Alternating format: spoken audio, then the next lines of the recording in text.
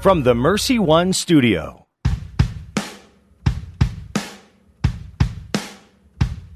Welcome, folks, to The Uncommon Good with Bo Bonner and Dr. Bud Marr.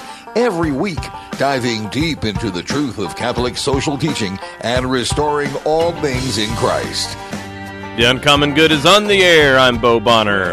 I'm Dr. Bud Marr. We are coming to you live from these United States. I'm over here in Des Moines, Iowa, where I am the Director of Mission and Ministry at Mercy College of Health Sciences and the Director of the Zeta Institute. And you can find both of those mchs.edu and zetainstitute.com. But out in Pittsburgh, tell the folks what you do out there. The director at the National Institute for Newman Studies, helping people know more about the life and thought of John Henry Newman, and we're at newmanstudies.org. As always, we're brought to you by Mercy College of Health Sciences. We're into the school year. It's getting good and started, and so that means that we're going to have our first annual Faith and Healing Lecture Series. We always have a wonderful time inviting people onto campus for the Faith and Healing Lecture Series. This year, my friend Letitia Ochoa Adams, I really butchered that, Letitia Ochoa Adams, is going to be here on September 24th, and that's going to be starting at 6:30 over at the Mercy College campus. In the Sullivan Center in the main center. She is going to talk about suicide awareness and dealing with the grief of suicide. Her son Anthony took his own life a few years ago, and Letitia's now been using that as her ministry to go talk to people about how to not only understand people who are going through mental illness, but also how to recover from those feelings, what it's like to raise a family after that happens. It's September is Suicide Awareness Month, so we at Mercy are trying to add to the discussion there. It's going to be a very powerful talk. You can learn more at mchs.edu, and we hope people make it to, like I said, the first Faith and Healing Lecture Series of the year, September 24th, Mercy College of Health Sciences. But I understand right, you're also in the middle of all the new classes as well, teaching a few at Mercy College. Yeah, well, that Faith and Healing event is my birthday eve, so I don't know if you guys want to serve cake or how you want to honor me. Just memorialize it. Yeah, this semester I have servant leadership and bioethics, and I really like bioethics. That gets into some interesting stuff. That's wonderful. Speaking of birthdays, so today, of course, people rightfully remember the attacks on September 11th. I think it's at this point, 18 years ago, right? 18 years, that's hard to think of. 6 years ago, my little boy Finian was born on September 11th, and so he's turning 6 today. But I think that part of continuing that conversation, thinking of Letitia's talk, is how do we, hold both of those things in common, that we have, not daily, but certainly most weeks, there's something that we can remember or think about that brings grief, us dealing with trauma and recovering from it, but also the blessings in life. So, I don't know, I'm always particularly reminded of this on September 11th because it makes sense, right, for a day of national mourning, but also a great day of joy for us in the Bonner family because we got our little Finian, who's a bright little guy who makes a lot of people laugh. And so if he's listening, happy birthday to Finian. But this show is going to be a bit different than usual because you got a chance to interview someone when a pre-record when I wasn't there. So that's what we're going to play in the first segment, and then in the second segment, you and I will both talk about it. So can you let people know who we're going to be listening to here in the first segment? Excuse me. Yeah, sure. Just as a heads up for context, during the interview, it was pre-recorded, and I think I even rib you, Bo, for not showing up to work or something. Right. So that joke is going to land a little flat because you're actually in studio right now. It's fair. Yeah, it was a few weeks ago, and I talked to Father John Bartunek, and he's a Legionnaire of Christ. Interestingly enough, he talks about this in the interview, but he was on set for The Passion of the Christ. So He's got some fascinating stories of working with Mel Gibson on a film that, of course, many Christians came to be moved by and, was seen by a lot of people around the world. But his recent book is called Spiritual But Not Religious, The Search for Meaning in a Material World. And I have to say, this interview took me by surprise in a good way, because there are a lot of people today who talk about being spiritual but not religious, and the conversation is sort of shallow, or, it has to do with emotions or things like that. But Father Bartunek really digs in deep to questions of suffering and the search for truth. He talks about the history of religion and how we think about those things today. So I think our listeners will really enjoy this conversation with Father John. So just so you hear that clear, when we get back, we're not going to break immediately, but when we get back, the first segment, you're going to hear Bud interviewing Father John. And just to note, he's going to say, I don't know if it's columnist things about me, but he's going to undermine your trust you have in me, good listener. But do know I'm here in the studio, both thinking of things to say in the second segment and coming up with comebacks to make sure that Bud doesn't get off scot-free. So I don't know, what would you say in bioethics, Bud? Like, how unethical were you about me in the first segment? No, yeah, it doesn't get too bad. I don't disparage like your past or your culture or anything. That's right. You don't undermine my good name. And I think at the time, I'm trying to rack my brains. Like, you might have been traveling to a wedding or doing something like virtuous and important, but I don't know. I fly solo so rarely that I had to sort of calm my nerves by mocking you. That's right. Well, that's an underlying theme of the show, right? When we're making sure to get our bearings, we like pointing out, the grief of others when it comes to sports, like how far back the Cubs are, or John Leonetti's Iowa State Cyclones, and how they're playing. And that's going to be interesting. Iowa, maybe a little bit step up from northern Iowa, so we'll see how that all goes. But ESPN coming to town, it's pretty interesting. But before that, you want to stick around for this first segment. This is The Uncommon Good. Stick around. We'll be back right after this. But if people have questions for us about what they hear in that first segment, so we might be able to answer them in the second. If they have any other comments, or if they want to dare try to make sports predictions about Iowa State, Iowa game coming up, they can do so on the Zip Whip line. 515-223-1150. That's 515-223-1150, the Zip Whip line. You can just do hashtag UCG for The Uncommon Good if you want to leave us a message. Of course, we'll try to respond live on air if you do it in real time, but you can also leave us a message to respond later. The Zip Whip line. 515-223-1150, 515-223-1150. We'll be back, like we said, with Father John Bartunek in the interview with Bud right after this. Stick around. This is The Uncommon Good, and we'll be back right after this. 50 years ago, tuition costs at Catholic elementary schools were mostly absorbed by parishes. Now, higher salaries for lay teachers and new technologies have greatly increased the cost for families. Hi, I'm Jean Wells at the Catholic Tuition Organization, and my job is to reduce tuition costs for families and award great tax credits to generous donors. Want to help? Please donate today at ctoiowa.org.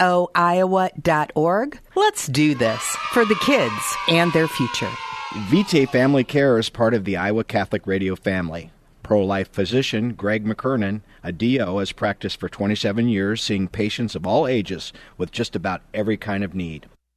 Dr. McKernan lives his faith as a physician and is trained in NAPRO technology, allowing him to diagnose and treat many female conditions and even markedly reduce the occurrence of a miscarriage. VitaeFamilyCare.com.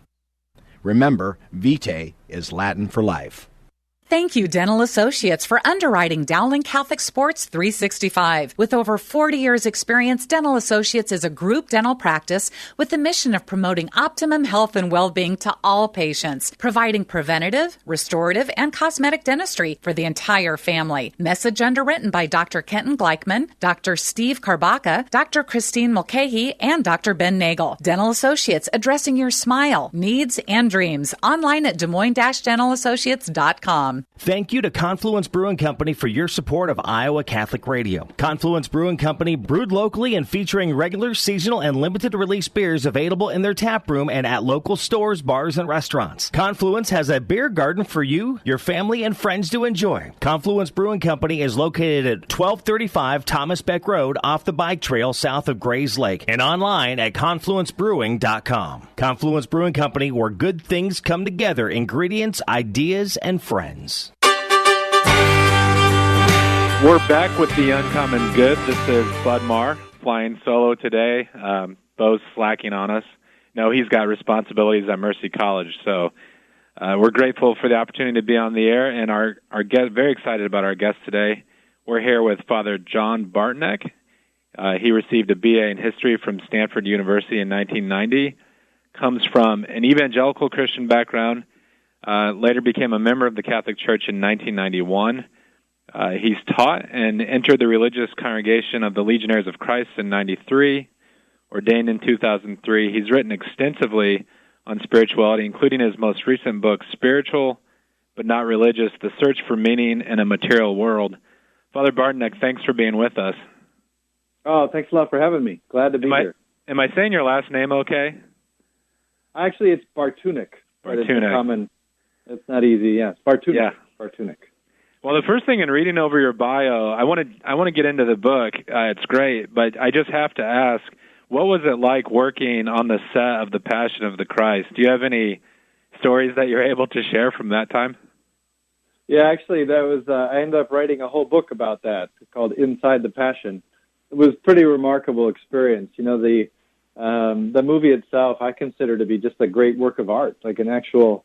You know, it's a movie, but it's a real work of art. It just helps bring alive, our Lord's suffering and His love in so many ways. And I spent a lot of time with the director, Mel Gibson, just asking him about all the decisions he made as he was putting together that film. You know, why did he do it like this? Why did he do it like that?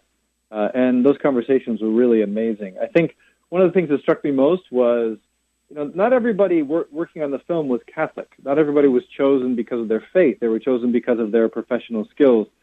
But the ones who were Catholic and the ones who, you know, they really lived that whole experience, extended period of time, really from remember Jim Caviezel, who played Jesus.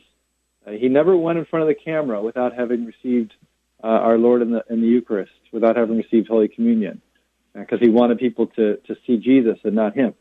And then Mel himself would go to Mass every day, frequently went to confession. He said, you know, I want to stay squeaky clean for this, you know. So they really felt like God was asking them to put their talents at the service of telling this story. So it was a very powerful experience. For me, too, that was the year I was ordained a priest when I was working on that film. So it was a neat experience.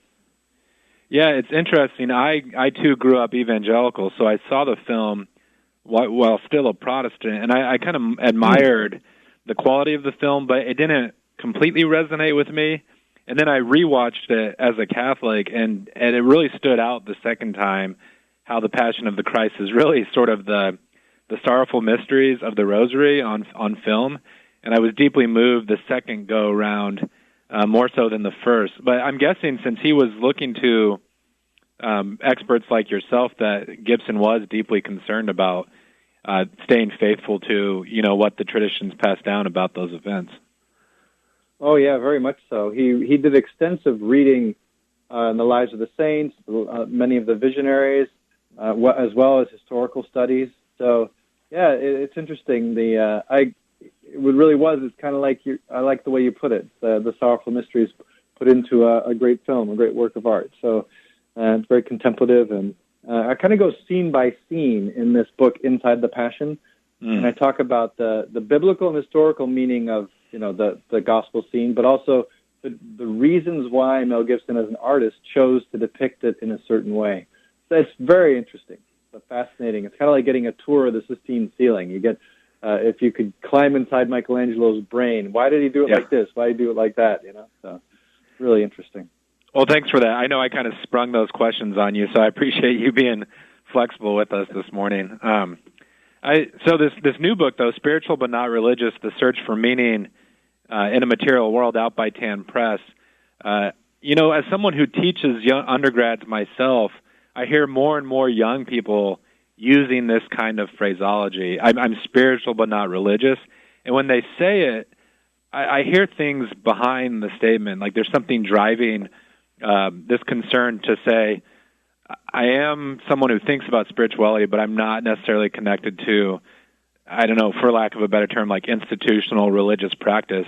What do you think is driving this movement in America and really the West generally, where more people are kind of opting for this approach?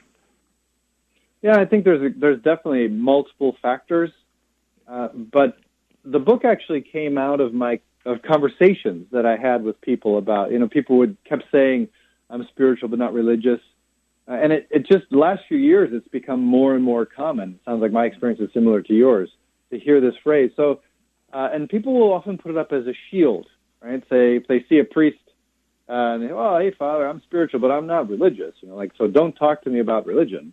But I started kind of responding to when they would say that by just asking, oh, really, that's interesting. Tell me about your spiritual experience, which ended up leading to a lot of very interesting conversations. And I think probably two of the biggest factors that move people these days to kind of place themselves in that position, the first factor is they've experienced people who claim to be religious but don't appear to be spiritual. Meaning people who go to church, seem to follow all the rules, but they don't show, at least in their behavior or their interactions, they don't seem to show that they have a real vibrant relationship with God that's compelling them to kind of seek for deeper meaning and live joyfully. So when you meet a lot of people who are religious but not spiritual, you can get turned off from kind of organized religion. That's one factor, I think. And then another factor is, one of the differences between spirituality and religion, I think they're related, very much related. There's an overlap. But organized religion actually gives kind of answers to the questions that emerge when we begin a spiritual journey. What is the meaning of life? What is the source of this transcendence that I've begun to experience? How can I live in communion with that? Religion gives definitive answers. So to be religious means to actually make a commitment to truth, right? Make a commitment. And that's very harder and harder in our society now. We see it in so many different ways. Young people it's very difficult for them to make commitments, to take a stand. So I think, those are two factors that I think are really involved with people taking the stand, being spiritual but not religious. Well, and early on in the book, I don't want to give too much away because I want our listeners to go out and find your book, but I was really intrigued by the way you use the imagery of a museum versus a temple. And I was wondering if for a few minutes you could kind of unpack how you see those imagery shining light on this quest for a rich spiritual experience but also religious truth, and kind of give our readers a sneak preview of what you do in the book in that early section. Yeah, so it's an interesting comparison, museum versus a temple. My own conversion to the Catholic Church happened, one of the triggers or one of the stimulants for it was my study of art history. When I was in college, I went to Europe and spent some time in Italy and in Poland and studied art history and was really moved by the beauty of the works of art, and that's something that God used to kind of bring me closer to himself and bring me into the Catholic Church eventually. So for me, I think, works of art, and not just for me, but in general, works of art they're material realities, a beautiful painting, beautiful sculpture, it's a material reality, but it actually captures something that's spiritual. It somehow evokes a deeper meaning through the beauty, the goodness that we find in it. So those works of art can be a bridge, right? Can help us enter into a spiritual experience, which then can be the first step on a religious journey. So in a sense, you can go to a museum to see these great works of art, many of which actually, their subjects are actually religious. But you go to a museum and you encounter the beauty through the works of art. But people don't go to museums to pray, right? Whereas, kind of when you think about the history of religion, and there's a couple different sections in the book where I talk about the history of religion, the differences between different religions.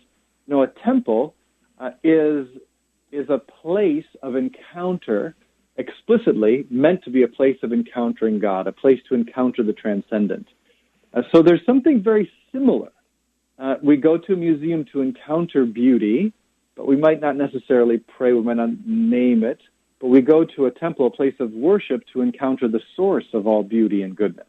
Now, it's interesting and I mentioned this in the book, The word museum actually comes, the root of it comes from the names of some gods, the muses, that were considered divinities in ancient Greece, the ones who inspired artists. So, even in something as secular as a museum, an institute which kind of emerged as modern secularism was emerging, even in a museum, we can't escape the fact that we are spiritual beings, and there's some spiritual kind of element in what gives real meaning and delight to our lives. So there's kind of a connection, even though our society in general doesn't really put a connection together.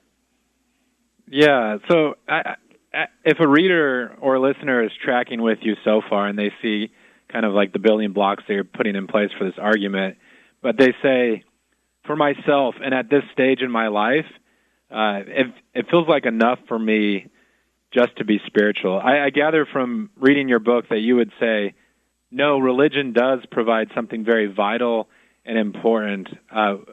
Is being spiritual, can that be enough? Or is there something that religion provides that moves us to an even deeper experience? Yeah, that's a really good question. I think, if someone says, well, I'm just satisfied with being spiritual, I would say, well, tell me more about your spiritual experiences. Because anytime we have contact with the truth, with goodness, with transcendence, it stirs our soul in a very deep way.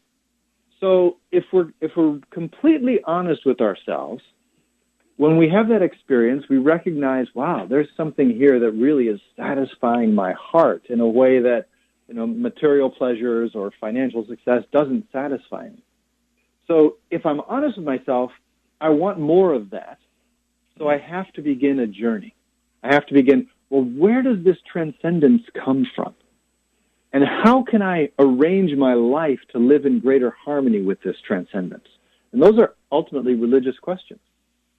So I think someone who says, I'm happy with where I'm at, I don't want to go back to religion, I would say, well, let's talk about your spiritual experience and say, hey, can that go deeper? Would you like that to go deeper? Well, then let's look at some of these questions. And throughout the book, I kind of talk about spirituality being present in the different dimensions of our lives as human beings. And we can, if we continue the journey, we can actually begin to discover deeper meaning in everything, in politics, in my work, in every deeper meaning. And that's going to take me down the path of trying to face some religious questions. So I would say, hey, you don't have to, you don't have to become religious right away, right? But continue the journey. Continue the journey. In the section of the book where you were talking about the search for enlightenment, my mind couldn't help but go to Pope Benedict's Regensburg address, and he has this fascinating section in that address where he talks about human beings, and especially in our culture and our day and age, are very much driven by the use of reason, and especially with the ascendancy of science and the scientific method. And we've witnessed the power of searching for the truth in that way. But Benedict says there's a danger there because if reason completely buttresses faith, it can lead to pathologies of reason. On the flip side, spirituality or faith divorced from reason or not attuned to the use of human rationality in the proper ways can lead to certain kind of religious pathologies. Do you think it's fair to say that was part of what you were getting at in that section of the book? Or if someone says, like, when it comes to spirituality, this is just kind of a different field of human experience, and it really doesn't matter what path I take as long as it's, a path that brings me meaning, I would say that's kind of a limited perspective, right? And this is something that you kind of bring up in your book. Yeah, I think, there's a lot, bringing a lot of ideas with that question. It's a really good question. The chapter on spirituality and enlightenment, one of the themes there that I explore is there's a popular view now when it comes to moral truth to be relativistic, to say, hey, whatever's true, whatever's good for you, you can do it, and then I'll do what's good for me, and as long as you don't hurt anybody. And underlying that is this kind of conviction that there really is no moral truth. There is no true right or true wrong, right? But the fact of the matter is, what we have an experience when we learn something, when we discover something that's true, we have an experience in our own minds and our own spirits of satisfaction. I learn, I discover.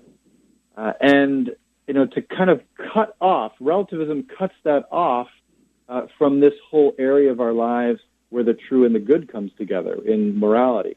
So I kind of explore that. I say, well, if we're honest, we've all had the experience of learning something, of encountering truth, right?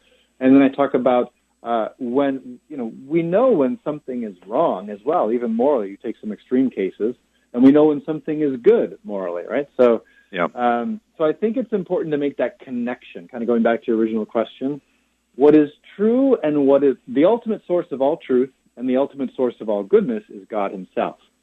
So an authentic spirituality is seeking both, to be more and more true and to be more and more good, seeking the origin of. So it's going to lead me to God, and that's good. And if I take one of those away, then I have a distorted view of God. I think that's what maybe Pope Benedict was getting at a little bit in the passages that you referred to. Yeah, and our show, The Uncommon Good, we try to track back towards Catholic social teaching and questions about the common good. So from that perspective, I really appreciated the fact that in a book like this one, you do broach the question of politics, and you actually move beyond maybe some of the facile ways we think about that today to get back to what's kind of the classic understanding of what the political life is about.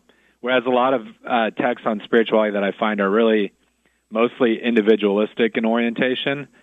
Would you be willing to talk a few minutes about how politics plays into the search for meaning? Because I think for a lot of contemporary Westerners, politics and my individual search for meaning seem like two separate spheres of existence. Yeah, and that I think is a little bit part of our American heritage. The founders of the United States had kind of an individualistic understanding, right?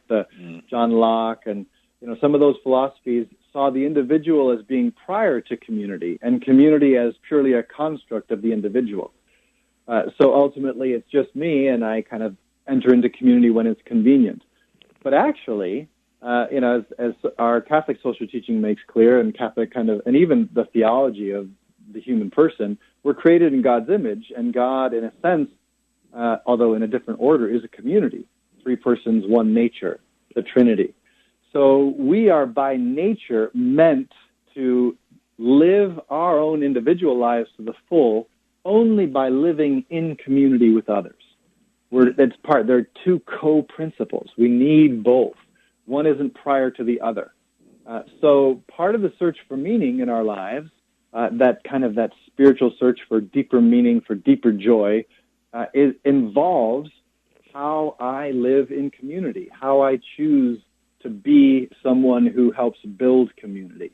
And that's really, I'm really glad that you pointed this out, because, when we talk, politics can get reduced so much to this issue or that issue, and we lose sight of the fact that, any political system, the whole goal of the political system is to create some parameters in which there can be really healthy communication and kind of, as members of a community, make decisions that affect everyone, right? They make those decisions together. Let's create some forum. Let's create a system where we can make those decisions together so that our community can flourish. So it's definitely linked to our search for meaning, is how we view and how we kind of enter into community. And that, I think it's an important chapter. I like that chapter a lot in this book.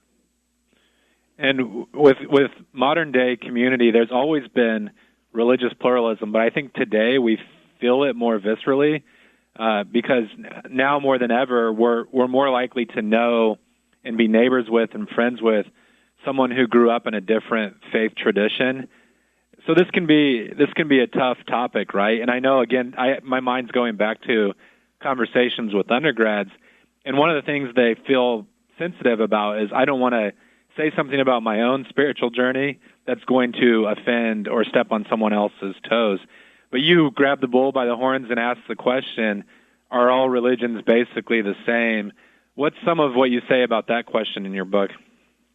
Yeah, I love that question, and it's come up so many times, the way you just described it.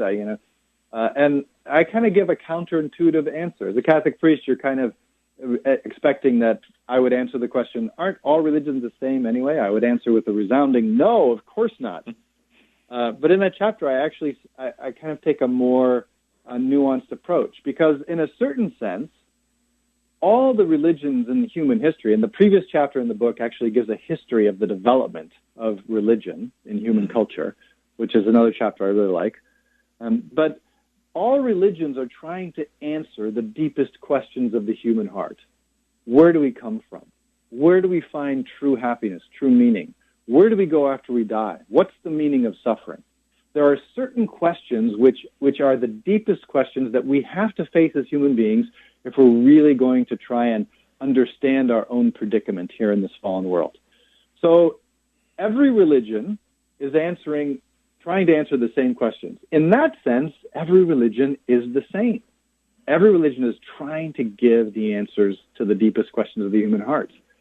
But when we look respectfully at the different religions, what do we discover? They actually give different answers to those questions. So in that sense, they're not the same. So they are the same, trying to answer the same questions, but they're different. They're not the same in the answers that they give. So I kind of explore that in that chapter and bring out that contrast and that harmony too. We have just a couple minutes left. You end the book with a chapter that talks about the doctrine of the Incarnation. And I think this ties back to what you were just talking about with similarities and differences between religions and the uniqueness of what the Christian revelation gives us. Could you talk about your inspiration for closing the book with a reflection on the Incarnation? Yeah, well, I think it's important to understand. So the subtitle of the book is The Search for Meaning in a Material World. And we as human beings were created for fulfillment in God. So we yearn for that, so we search for that. We search for fulfillment, even if we don't explicitly search for fulfillment in God, right? We're searching for meaning and for fulfillment. Well, in the Christian religion, the Christian worldview, there's another side to this search. It's not just us searching for truth, searching for God, searching for wisdom. In Christianity, what we have is a God who actually comes down and searches for us. We have the Good Shepherd who goes after the lost sheep. We have the creator of the universe who comes into his own creation in order to reach out to us and grab us by the hand. And I thought it was really important to kind of end the book with that because it's true, and to understand the beauty of that in relation to all these other themes that I explore in the book. Because it can be a little bit overwhelming, and I think this is one of the reasons why some people will just stop at being spiritual and not move on to be religious, because they don't want to keep searching. It can be a little bit demanding. Well, we're not alone. We have a God who actually is searching for us as well. So I kind of explored the different dimensions of that in the final chapter. Well, Father Bartunek, this has been great. This is one of those interviews that I feel like we could probably do a whole nother, half hour together. But I've really appreciated your time. Before you go, if our listeners want to find more of your work, maybe specifically this book online, where can they turn for some resources on the things that you're writing and discussing? Yeah, we've got. Just go to our website at rcspirituality.org. That's where we've got all kinds of online resources, even online do-it-yourself retreats, and information about all the books and different resources we have there. rcspirituality.org. Well, folks, we've been blessed to have Father John Bartunek on the show. His new book is Spiritual But Not Religious, The Search for Meaning in a Material World. I really encourage you, if you're looking to grow deeper in your faith, to go find this book. It's out by Tan Books, but also can be found on bookseller websites everywhere. Father John, thank you again so much for your time.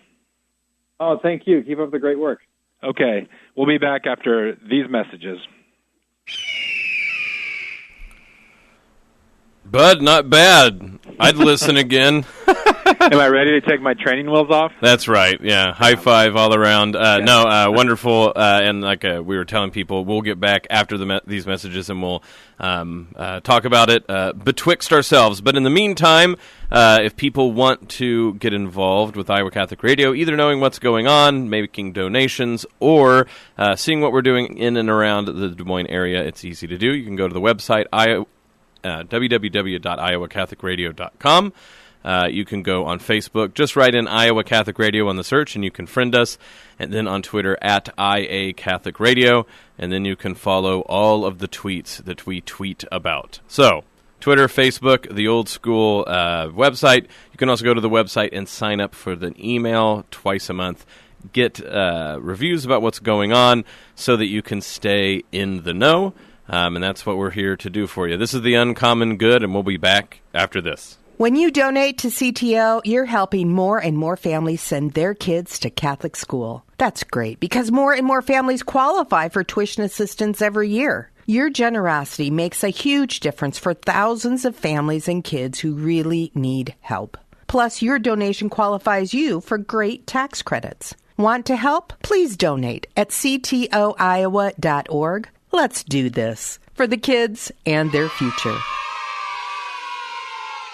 Thank you to Confluence Brewing Company for underwriting Christ is the Answer with Father Ricardo, heard Monday through Friday at 11 a.m. Confluence Brewing Company is a local brewery in Des Moines featuring seasonal and limited release beers. They have cans and growlers to go, apparel, and other gifts for family and friends. Live music is featured in the tap room. Confluence Brewing Company is located off the bike trail south of Grays Lake. Thank you to Confluence Brewing Company for your support of Iowa Catholic Radio on the web at confluencebrewing.com. That's confluencebrewing.com. Thank you to R&R Realty Group Apartment Communities for their support of Iowa Catholic Radio and John Leonetti in the morning. R&R Realty Group Apartment Communities have unique amenities and award-winning property management. Sierra Point and Country Club Village Apartments in West Des Moines and residents at 62W and Wynwood Apartments in Johnston. R&R Realty Group Apartment Communities wants you to love where you live. Learn more at rrrealty.com. That's rrrealty.com. Find out how you can support Iowa Catholic Radio at iowacatholicradio.com or 515-223-1150. Impoverished children break everyone's heart, but poverty seems like such a big problem. What can one person do to make a difference? For 17 years, Blessman International's passion has been to connect the resources of our donors with sustainable programs that impact the lives of impoverished children in South Africa. Our donors are feeding thousands of hungry children every week, providing basic water and sanitation for impoverished communities, and sharing the love of God in practical ways every day. Go to www.blessmaninternational.org and make your donation today. We're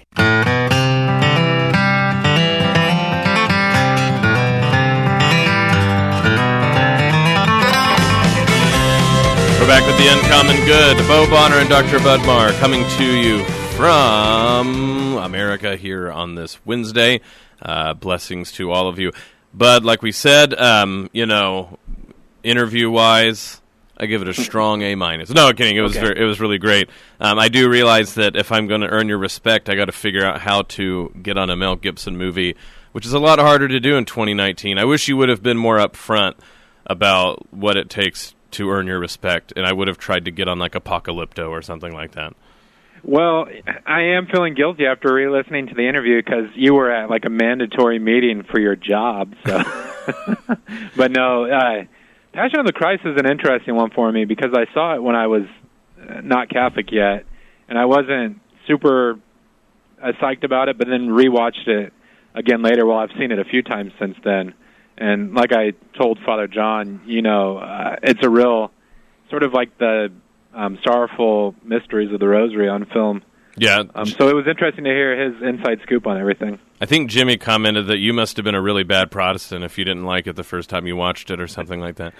Well, it kind of, atonement-wise, I guess Gibson's ideas, I think, are actually fairly close to probably my evangelical Protestant background. But, well, we could go on about the past. I was going to say, there's a whole other, we were at Duke, blah, blah, blah, where they're all, there was a lot of nonviolent stuff, and that movie is violent. So there's people who were worried about that. But no, so the book that Father is talking about, his book, the subject he's talking about in that book, I think that part of the problem starts to be really silly understandings of both those words, both spiritual and religious. I think we've talked about this prior on the show, but just for a short review for people maybe here at the first time, the word religion goes through a significant change basically within the last 100 years, a sort of sociological one, where religion starts to be the definition of a subset of people who, I guess, kind of have theological, similarities, although it's kind of weird to think that Buddhism, which doesn't necessarily even necessitate deities, and then Christianity and its understanding of the Trinity would fall into the same sociological categories, but certainly that's how we think about it mostly today, even though the word in the ancient world comes from two Latin words, re, which means over and over, and then ligare, which means to bind. That's where we get the word ligament from, ligare, ligament, things that bind. So religion, in many ways, was public and social, and it's not that I wouldn't say that you could have religions that were theologically empty or godless. I would say that in the ancient world, most things, public and social and theological, in some ways at least, were tied together. But the idea is the religion was the thing that made people one in a society or a community. And so by that definition, you don't have to have anything that has a god or a deity or a theology to have a religion. The question is, what is the social force that binds people together? And then on the other hand, spirituality, like you guys were really digging deep into in the interview, there seems to be this idea of like spiritual experience and, art and beauty. And maybe people go, oh, well, I want to have that without the sort of commitment of having an institutional or theological creed. But in reality, spirituality just means that which deals with the immaterial aspects of our life. So technically doing math homework is spiritual. So I don't know. I'm sure that being Debbie Downer here and deflating both of the senses of those words can seem like I'm just trying to ignore the problem. But I think both of them get to the heart of a lot of the topics that you guys were bringing up in the interview. Well, I think Father John felt inspired to write the book because in our culture you meet so many individuals who punt on the question of the truth of the faith by saying, well, I'm spiritual but not religious. So it can serve as kind of a buffer or a force field to keep it getting at important questions. But this whole history that you're bringing up, Bo, I think is just really important. And I was reading an author recently. He made the interesting point. So he wasn't saying the term religion was not used before, I think it was the 19th century, but he's saying being used in a specific sense.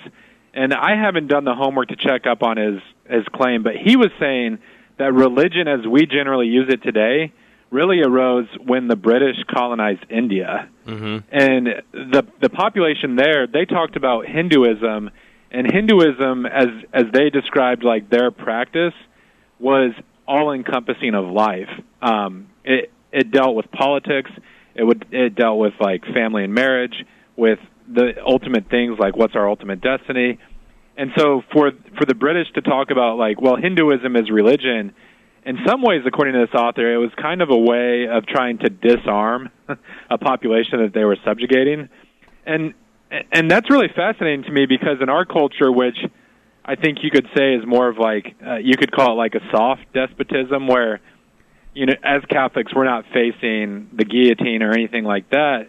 But there is a way in which I think there's forces in our culture, maybe some of them not even like fully conscious of what they're doing, that are trying to disarm us of our faith and say, it's okay that you claim Jesus Christ as long as it doesn't have practical implications on how you understand marriage and family, how you go about your work, how you organize your communal life. And so I think that history that you're bringing up really helps to begin to shed light on why this conversation around being spiritual but not religious, how it can start to get at some important questions. No, I think you're right. I don't know. I haven't read the book you're talking about, but what strikes me as certainly true, or what rings true with what you reported about it, I know with India, for instance, and the British interaction with India, and especially like the East India Company and things like this, that they had historically we have documented that they had a very difficult time understanding what was really going on in Indian culture in terms of sort of like their theological commitments and the different groups and what they were doing. So much so that some people say the British invented Hinduism, not like the actual practices of the people, but this idea that, okay, well, there needs to be this like thing that we like throw everybody into and say, you're all a part of this, especially since there's so many different cults to different gods, and there's a lot of stark differences depending on where you're at geographically and things like this. And so that's not to make a big argument about whether, this checks out or not and whether, scholars completely agree with that or not. It does show that there's a significant change beginning in the world, whereas I would think when Christianity throughout the ancient world in the Middle Ages would just run into what's going on in India and go, oh, yeah, this is, they have these commitments. These are the things that tie them together, and we're going to show them Christ, who both liberates and then ties us in new ways. By the time you get to the modern world, the modern era, people go, oh no, we need to categorize what these people are, and we need to fit all of them into the same category because of yada, yada, yada, right? This idea that religion becomes sort of an intellectual category that's almost like a taxonomy, right? So religion becomes a taxonomical, sociological description of how the world works. So once you do that, well, now you can start to see why people can get itchy about it. Like even with the best intentions, they go, well, this doesn't match up, right? Like I didn't sign up to follow Jesus because I thought it was this great dictionary definition of what's going on. And this is why even within Christianity, you'll hear people say, like, I follow Jesus, I don't have a religion. And to be fair, it's not just that it's stuffy, it's just that it seems wrong-headed, right? Like I don't.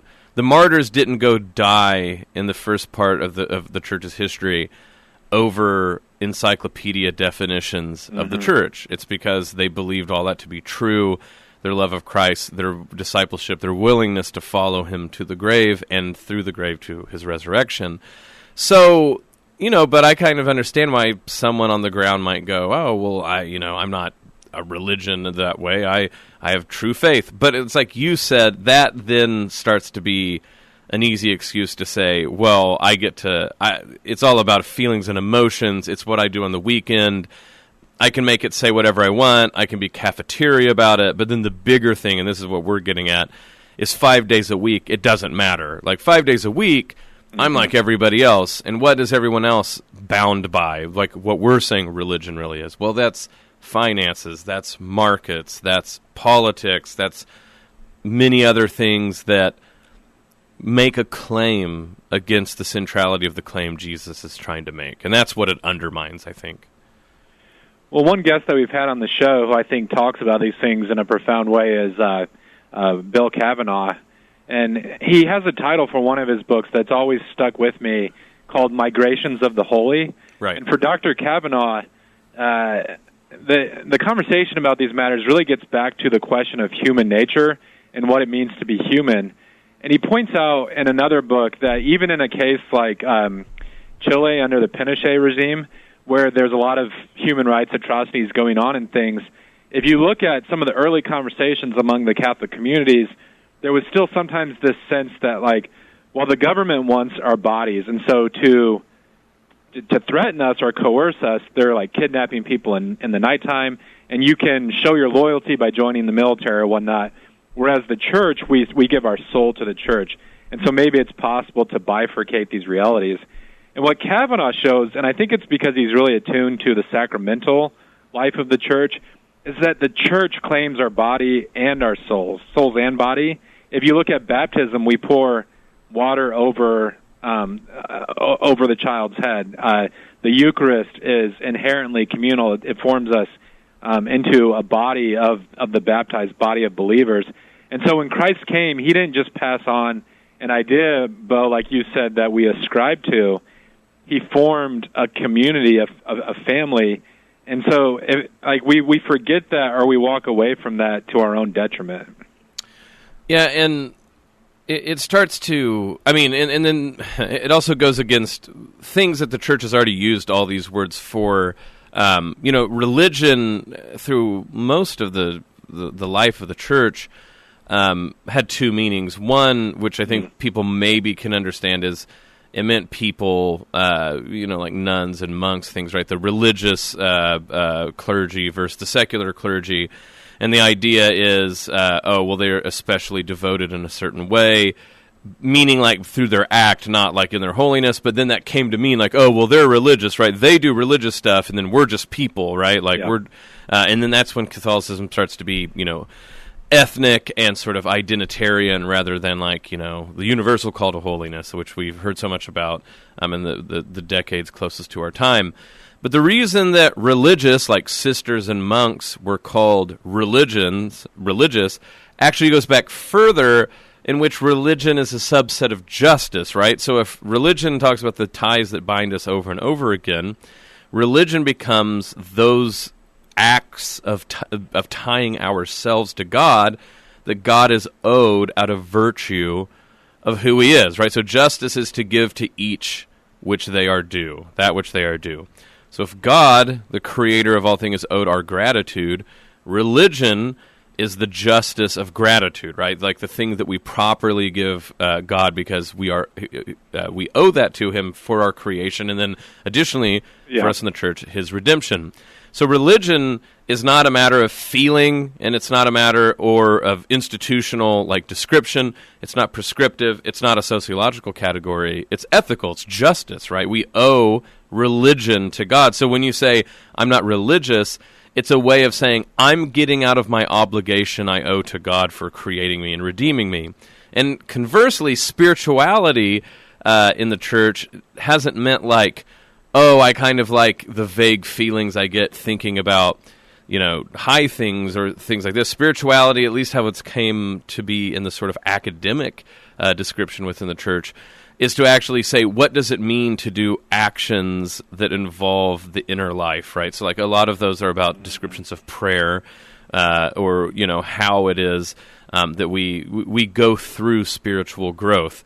Again, one more time where like if we don't take care of these words, they end up being an easy way for us to ignore really important things about our life in Christ. Yeah, and I think I didn't really unpack so well that phrase, migrations of the holy, but I think a lot of this goes back to an understanding of human freedom. And if you watch enough television in America, you come to realize that we think of freedom as not being bound by constraints, so having as many choices as possible. And it almost turns into this like open-ended, I can shape my life or my identity any way that I want to. Mm-hmm. Whereas freedom in both like the classic philosophical sense, but also in Christianity, is the ability to know and do the good. So you think about a great basketball player like Michael Jordan. He had greater level of freedom because he knew the essentials of the game so well. And what I'm getting at with migrations of the holy is that we tend to think, I can throw off institutional religion or the traditions that my family passed on to me and create this whole truly free reality, when in effect what you see is that yearning for the transcendent, that yearning for happiness, it migrates to other areas of life, whether that's politics or nationalism or, it's kind of sad to me, but today I've seen even some people who have like their favorite football team's logo on their casket. Mm-hmm. And hey, like I like football as much as the next guy, but where our ultimate desire should lie, it's migrated to wells that won't ultimately satisfy us.